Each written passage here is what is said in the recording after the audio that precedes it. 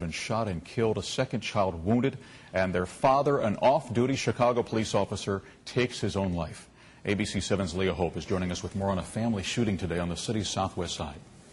Alan and Linda, this tragedy leaves many questions about the situation. What we know is that the officer is 31 years old. He was stationed at the 7th District in Inglewood and had been with the department for 4 years. And we also know that something happened this morning to dramatically change the lives of those close to the family. This family home in Brighton Park had been quiet, say neighbors. They would say hello to the mother and see the children riding bikes in the neighborhood.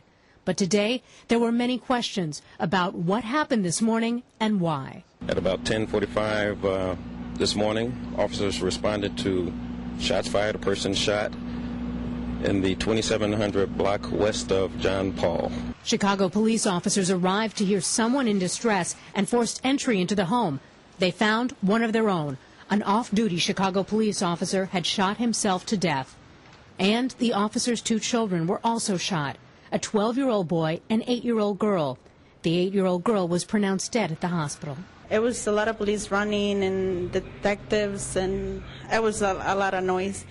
And then later on, I heard 2 shots, and then the people from the ambulance, they passed with 2 kids. Initially, it was unclear if there may have been a hostage situation. Nearby Shields Elementary School had 1,800 students. As soon as the call came out, the schools in the area were notified so they could institute a precautionary lockdown, keep the kids inside the school. We were in constant communication with the principals of the local schools to let them know the nature of the situation. As the day wore on, it became clear that the threat had passed and the grief had set in for those close to the family.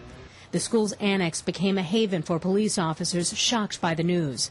A parish priest and police counselors were brought into the school to offer support.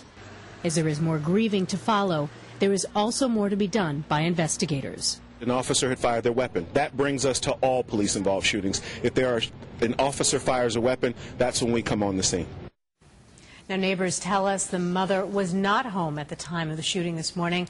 We understand she's been at the hospital where her son is in critical condition at Mount Sinai Hospital. Now, friends of the officer tell us they don't know what happened either. They only wanted to share with us that the officer was a good father. Heartbreak. All right, Leah, thanks very much. Some other news.